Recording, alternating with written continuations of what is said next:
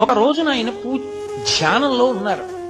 పచ్చటి పసుపు రంగులో ఉన్న పాము ఒకటి వచ్చి ఆయనని వెన్నుపాము దగ్గర నుంచి పైకి తాకి కంఠాన్ని చుట్టుకుని తల నుంచి పడగలు విప్పింది. చల్లగా ఉంది, ఏదో పాకుతోందని చూసే లోపల అది కంఠాన్ని చుట్టుకుని పడగ విప్పింది. ఆయన ఒక్కసారి కళ్ళు విప్పి పైకి చూసి ఇలా చూశారు. పచ్చటి బంగారు రంగులో ఉంది పాము. ఓ కామాక్షి పరదేవత నన్ను అనుగ్రహించింది అనుకున్నారు. ఆయన చెవిలో వినపడింది, నీకు పరదేవతానుగ్రహం కలిగింది, నిన్ను కన్న తల్లి వెళ్ళిపోతోంది అని వినపడింది. వెంటనే ఆయన అమ్మని చూడ్డానికి పెరట్లోకి వెళ్ళారు. చెట్టు కింద ఉన్నారు మరకతమ్మ గారు. ఆశ్చర్యకరమైన సంఘటన ఆ రోజున జరిగింది. శేషాద్రి అమ్మ దగ్గరికి వెళ్ళాడు. అమ్మ గభాలను లేచి కూర్చుని పెగ్గిరికి తీసుకుని చెయ్యి పట్టుకుని ఉంచి 2 శ్లోకాలు చెప్పారు ఆవిడ.